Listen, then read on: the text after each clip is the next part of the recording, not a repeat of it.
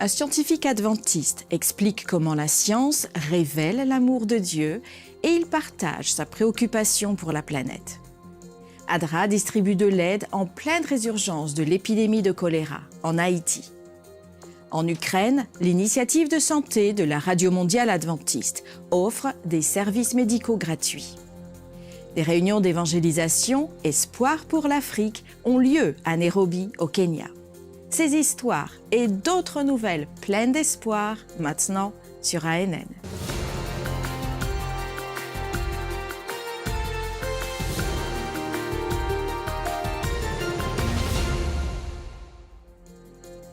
EUD News, l'agence de presse adventiste de la région intereuropéenne, nous propose un entretien intéressant avec Noémie Duran, scientifique de la branche de l'Institut de recherche en géosciences à Sagunto, en Espagne.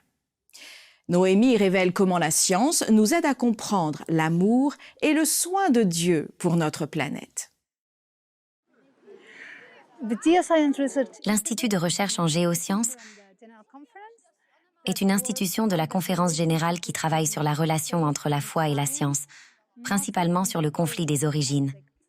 Donc, comment pouvons-nous trouver, avec une méthodologie scientifique, des preuves que ce que la Bible nous dit est vrai concernant les origines, l'origine de la vie, de l'homme, le déluge, etc.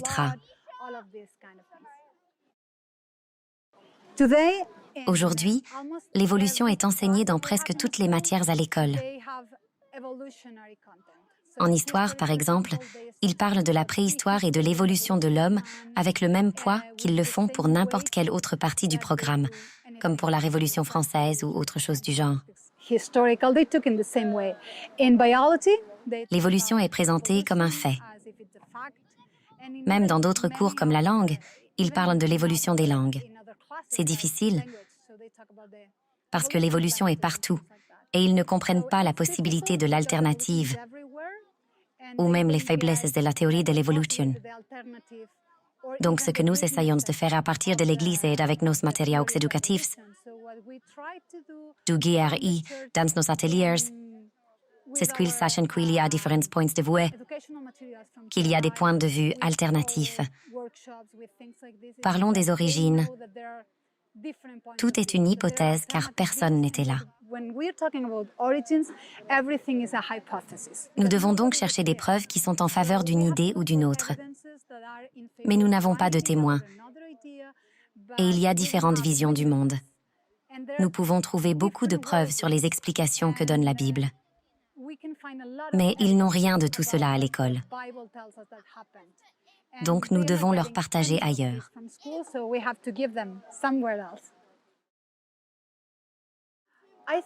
Je pense que la plupart de nos enfants croient en ce que dit la Bible, mais il y a un conflit intérieur. Ils ne savent pas où placer leurs connaissances.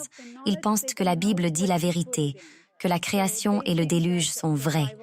Mais ensuite, ils reçoivent les informations sur la préhistoire, l'ère glaciaire et les hommes des cavernes. Et ils ne savent pas organiser l'ensemble de ces connaissances. Ils ont deux histoires différentes et conflictuelles. Nous devons les aider à résoudre ce conflit. Ils pensent qu'ils croient en la Bible, mais en fait, il est difficile d'avoir une vision cohérente. Certains enfants adventistes, des enfants chrétiens ou des familles chrétiennes, ont peur d'étudier les sciences. En biologie, par exemple, ils vont être exposés à beaucoup de concepts sur l'évolution, car de nos jours, tout en biologie est enseigné du point de vue de l'évolution. Par ailleurs, j'ai toujours dit que nous avons besoin de plus de scientifiques adventistes. Beaucoup de personnes travaillent du côté évolutionniste et font des recherches sur l'évolution, donc nous avons besoin de scientifiques qui ont cette perspective biblique. Ça est une nécessité. Donc, si un enfant a cette passion pour la nature, que ce soit la biologie ou la géologie, la paléontologie, l'anthropologie, je pense que nous devrions le soutenir. Mais nous devons vraiment le faire dans ses études. Nous devons être là pour tous les doutes, pour tous les conflits afin qu'ils réussissent et soient utiles pour l'Église. Adra-Haïti a réagi à une résurgence du choléra en distribuant des filtres de purification de l'eau et des trousses d'hygiène à plus de 700 familles. Les efforts de distribution ont couvert plusieurs régions en Haïti, y compris les départements de l'Ouest, du Sud-Est et de Nip, ainsi que les zones avec des familles déplacées à Port-au-Prince. Les kits, qui comprenaient des seaux, des filtres à eau, des brosses à dents, du dentifrice et du savon, ont été distribués en juillet et août grâce à un partenariat avec l'UNICEF et Global Medic. Cette initiative a également touché les familles déplacées par la violence des gangs. Dans le département de Nip, où les toilettes sont rares, les kits étaient particulièrement précieux pour purifier les sources d'eau contaminées en raison de la défécation à l'air libre. Les filtres ont fourni un moyen accessible de rendre l'eau potable. Adra-Haïti poursuit son engagement dans la surveillance des régions environnantes pour répondre aux besoins urgents des communautés nécessitant une assistance. L'initiative AWR 360 Health, une initiative sanitaire de la Radio mondiale adventiste, est mise en œuvre dans différents pays. En Ukraine, ce projet fait partie des efforts visant à soutenir les personnes touchées par l'invasion russe. AWR 360 a fait venir 56 médecins des États-Unis et de Grande-Bretagne en Ukraine pour fournir des services médicaux gratuits, ainsi que des médecins de la clinique Angelia à Kiev et du centre médical Bethany à Chernivtsi. Pendant plus de 4 jours, plus d'1 millier de patients ont été vus, près de 5000 services ont été fournis, notamment des consultations et une assistance de spécialistes en neurologie, gynécologie, dentisterie et cardiologie. Les patients ont également eu la possibilité de rencontrer un aumônier et d'étudier les Écritures avec l'aide de l'école biblique. L'école adventiste Salomon à Chernivtsi a mis à disposition une salle pour que les médecins puissent consulter les patients et des locaux pour des cliniques mobiles sous la forme de semi-remorques et de véhicules équipés de matériel médical.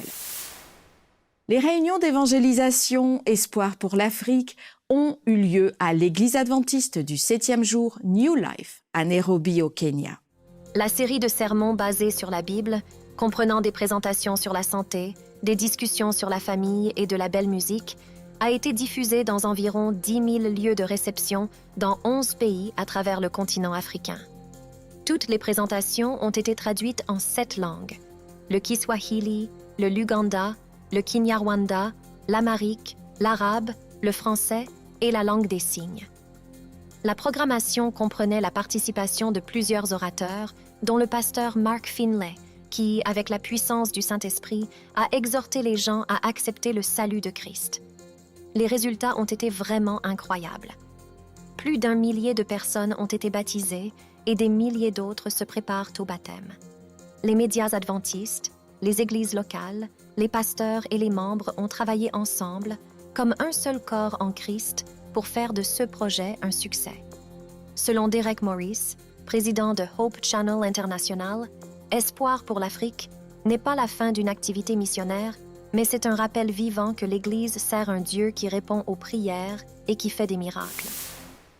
Le programme Cette semaine dans l'histoire adventiste nous raconte l'histoire de 2 médecins missionnaires adventistes, Etta Elizabeth Littlejohn Bradford et Cora May Abbott.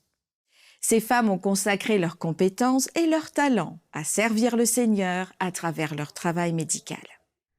Welcome to This Week in Adventist History. Bienvenue dans Cette semaine dans l'histoire adventiste. Etta Elizabeth Littlejohn Bradford est née au Mississippi le 15 septembre 1883. Elle est devenue adventiste du 7e jour à la suite d'études dispensées sur le bateau missionnaire The Morning Star.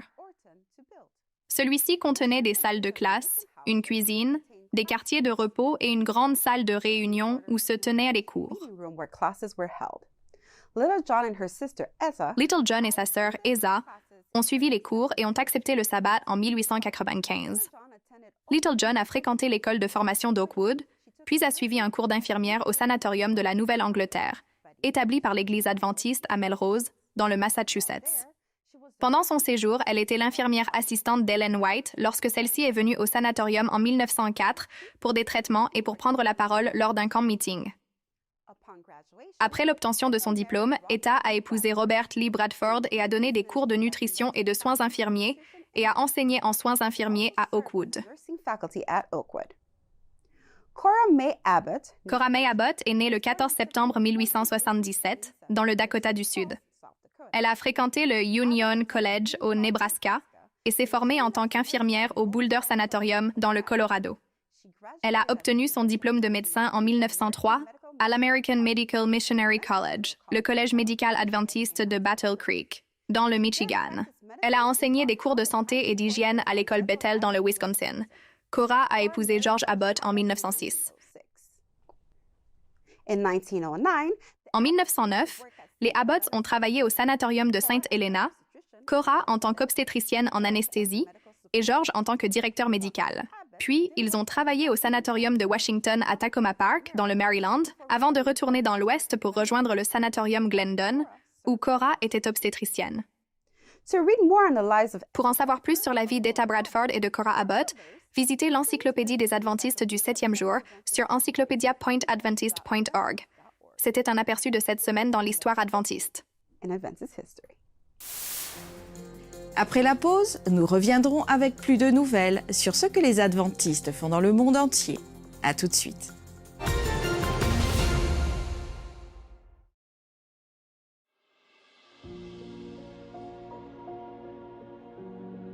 Dieu a-t-il créé les dinosaures? Il est facile de regarder ces énormes créatures terrifiantes et de se demander si un Dieu bon les aurait créées. Et parce qu'elles sont utilisées comme preuve de l'évolution, certains nient leur existence. Cependant, des fossiles abondants montrent clairement que les dinosaures ont existé. Cela ne signifie pas que Dieu voulait des monstres mortels dans sa création d'origine. Notre monde a changé et les prédateurs d'aujourd'hui, comme les requins, sont redoutables. Mais notre monde compte encore de nombreuses créatures douces. Les prédateurs actuels nous parlent de la puissance de Dieu, mais nous savons que celui-ci n'a jamais voulu la violence dans sa belle création. Les dinosaures peuvent inspirer la crainte, mais tout comme nous attendons que le lion se couche avec l'agneau dans la nouvelle création divine, nous pouvons espérer que les dinosaures, dans leur douce magnificence originelle, seront aussi présents.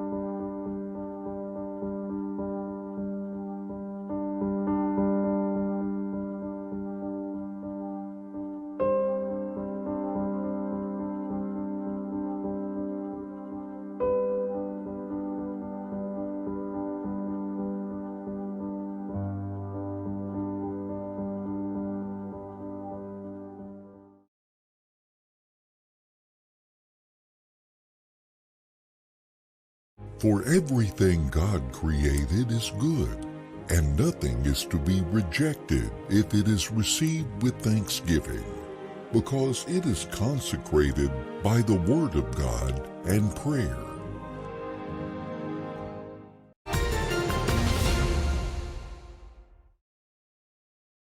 Le Centre universitaire adventiste de Sao Paulo, UNASP au Brésil, dispose d'un espace dédié aux jeux religieux destinés aux étudiants de l'établissement et à la communauté. La bibliothèque de loisirs SafePoint vise à promouvoir le temps libre des étudiants pour les aider à se développer tant sur le plan académique que spirituel. Un espace ludique destiné aux jeunes universitaires et à la communauté pour le développement social, académique et spirituel. C'est le SafePoint. Dans cet environnement, le plaisir et l'apprentissage se rejoignent. L'espace fonctionne au campus d'ingénierie de UNASP et est né d'un projet de Williams Costa Jr., un professeur en communication et religion, ainsi que d'autres partenaires. SafePoint est né en mars 2023, a été créé par les pasteurs Éric Lima, Danny Bravo et moi-même. L'objectif était de fournir aux étudiants de l'UNASP un environnement où ils pourraient apprendre sur la Bible le samedi grâce à des jeux éducatifs. C'est aussi un espace où nous créons des jeux religieux pour la communauté adventiste. La ludothèque fonctionne le samedi matin avec l'école du sabbat. L'après-midi, elle ouvre ses portes pour le divertissement des élèves. Tout cela avec une vaste collection de jeux de société chrétiens, un environnement très bien préparé pour accueillir la classe. L'espace de la ludothèque vise à combiner la pédagogie de vivre des moments marquants et de construire des connaissances à travers ces moments marquants avec ses amis, à travers des jeux, à travers ce qui apporte des stimuli positifs pour vous et pour toute votre communauté, tout votre groupe d'amis. La ludothèque offre donc cela à l'élève, qui peut être ici, se développer et se construire positivement, ce qui est le plus précieux, c'est-à-dire la connaissance. Cela se traduira évidemment par une croissance spirituelle. Pendant la semaine, SafePoint est un espace de recherche et une extension de la salle de classe, à la fois pour l'université UNASP et pour les cours de premier cycle. La théorie devient pratique. Je pourrais dire que la ludothèque est un espace d'expérimentation. Ici, on peut percevoir ce qui est toujours abordé dans ce cours. Donc, les recherches parlant de fixation, on peut le percevoir de manière pratique à travers les autres élèves et même notre propre développement, vous voyez? Donc, en plus d'être un espace de divertissement, cela finit par être cet espace.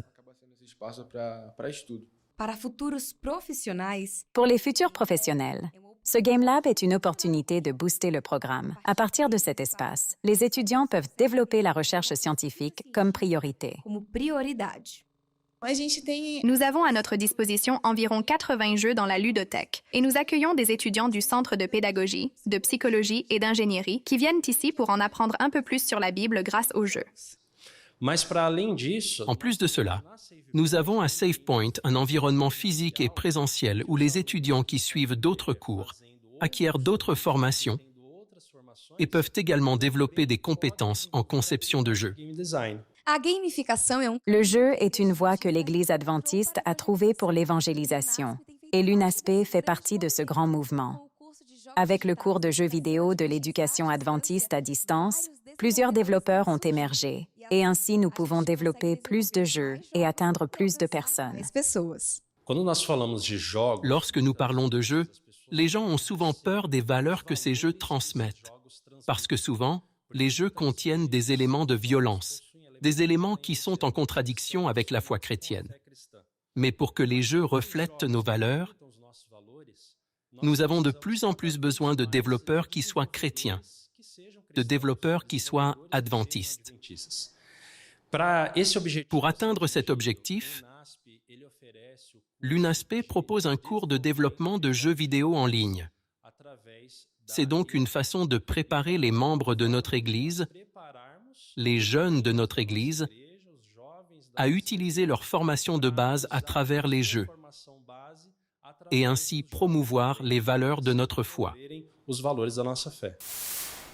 Durant 5 jours de célébration, l'université et séminaire adventiste Lakpahana au Sri Lanka a célébré son incroyable parcours jusqu'à ses 100 ans. La commémoration a symbolisé l'engagement de l'institution envers ses objectifs initiaux. Un grand nombre d'anciens élèves ont visité l'établissement pour partager leurs expériences. Des défilés scolaires, des performances culturelles et des réunions spirituelles faisaient partie des activités auxquelles les invités ont participé tout au long de la rencontre.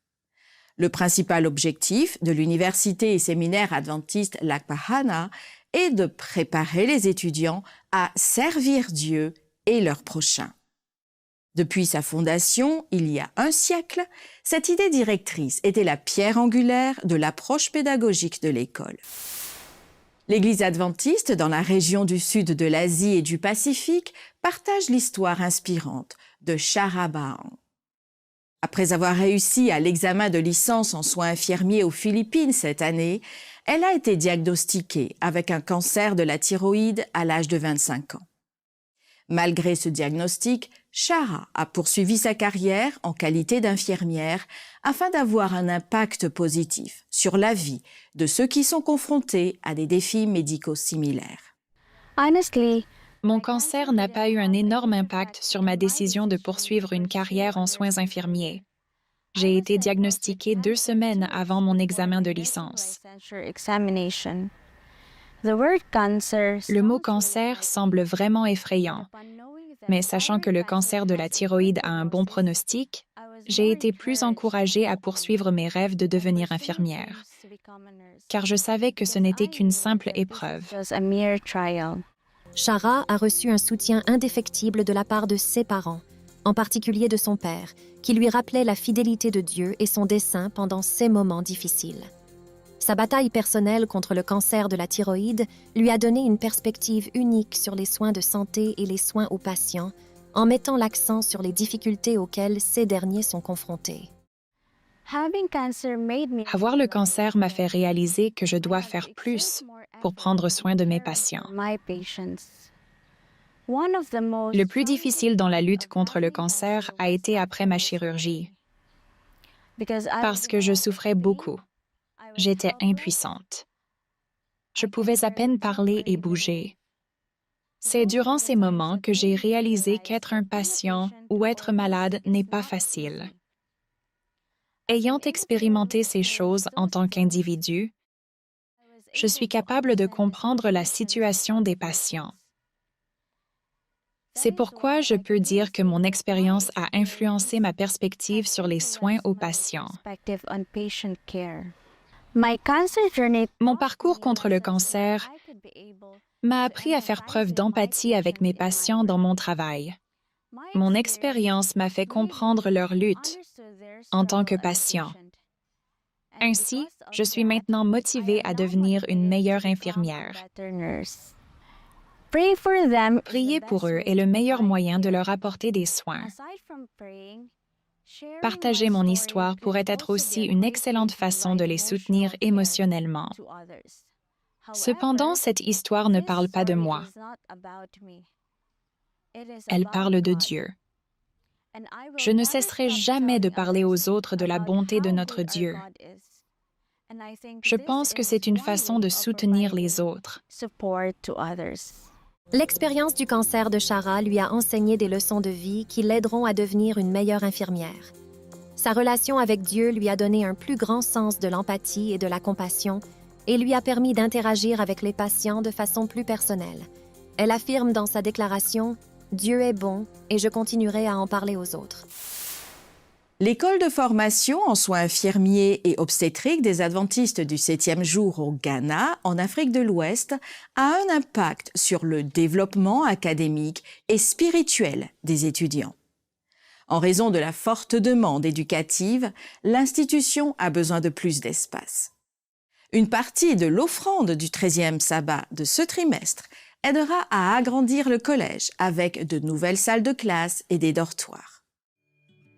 Les soins de santé constituent un élément important de l'Église adventiste du 7e jour depuis sa création.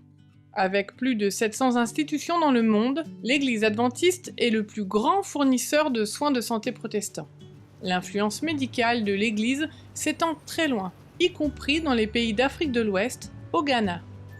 Un hôpital adventiste a été construit dans la ville de Kumasi en 1984. Après de nombreuses années passées à s'occuper de la santé de leur communauté, les employés de l'hôpital ont voulu inspirer la prochaine génération de soignants. L'école a commencé avec l'hôpital principal. Un jour, ils ont eu à cœur de créer une école de formation rattachée à l'hôpital. En 2015, le SDA Nursing and Midwifery Training College a été créé dans la région d'Ashanti. Les débuts ont été modestes, mais très vite, l'ampleur des besoins en matière de formation devint une évidence même. De 2015 à aujourd'hui, il s'est écoulé environ 8 ans. Nous avons commencé avec 22 étudiants. Actuellement, nous sommes environ 882 étudiants. Et j'imagine qu'avec la réputation que nous avons acquise, beaucoup d'autres voudront y venir. Abigail est l'une des étudiantes actuelles du programme de soins infirmiers. Elle était très enthousiaste à l'idée de commencer ses études, mais elle s'est vite rendue compte que son cours d'anatomie était plus difficile qu'elle ne le pensait. Quand le professeur arrive en classe, je me demande de quoi il parle. Je n'ai pas acquis les connaissances ou la compréhension. Alors je me dis, qu'est-ce que je fais dans cette école? J'ai donc prié le Seigneur de m'aider à réussir mon examen d'anatomie. Dieu a rapidement répondu à la prière d'Abigail. Dès l'interrogation suivante sur l'anatomie, elle obtint la meilleure note de la classe. Les autres élèves reconnurent les bons résultats d'Abigail et lui donnèrent un surnom affectueux. Dès lors, on m'a donné le nom de Madame Anatomie ou Miss Anatomie. Ainsi, grâce à Dieu, depuis la première année, j'ai eu la meilleure note en anatomie. L'école a fait la différence pour des élèves comme Abigail, mais pas uniquement sur le plan scolaire. La vie et l'atmosphère spirituelle ont également eu un impact important sur les étudiants, en particulier ceux qui n'ont pas d'arrière-plan adventiste. Ils ne sont pas adventistes, mais l'esprit de l'adventisme vit toujours en eux. J'ai observé plusieurs d'entre eux à travers leur groupe WhatsApp, et ce chaque sabbat. Un grand nombre d'entre eux affichent Joyeux Sabbat. Récemment, nous avons baptisé 18 étudiants. L'Adventist Nursing and Midwifery Training College est devenu un lieu de formation très demandé. Son principal problème se centre au niveau de l'espace. L'école s'est développée si rapidement que ses salles de classe sont surchargées. Il est donc très difficile pour les enseignants de former les étudiants de manière efficace. La difficulté réside dans l'espace. J'espère que vous avez fait le tour des salles de classe et que vous avez vu qu'elles étaient encombrées d'une centaine d'étudiants par classe et qu'il n'y avait pas de moyens audibles de leur parler. Nous serions très heureux si des salles de classe supplémentaires étaient mises à la disposition de certains étudiants, afin d'en accepter davantage. Car il y a de plus en plus de candidats dont l'inscription n'a pu être validée par manque de place.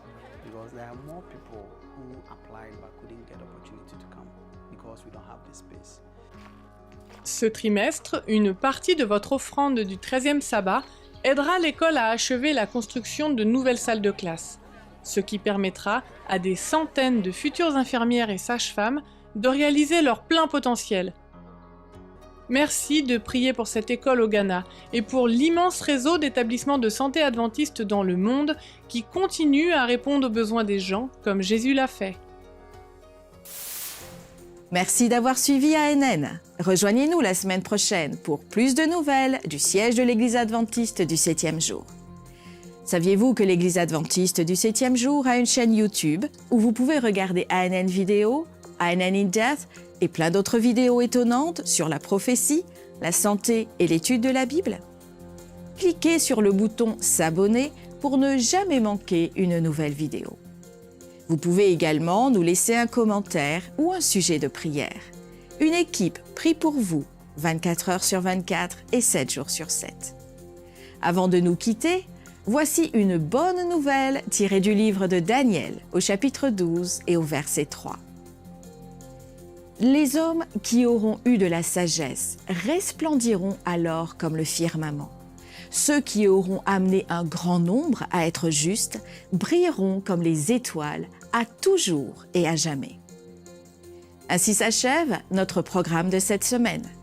N'oubliez pas que vous pouvez toujours visiter adventiste.news/fr pour des nouvelles quotidiennes et des vidéos. À la semaine prochaine pour plus de nouvelles de foi, d'amour et d'espérance. Que Dieu vous bénisse.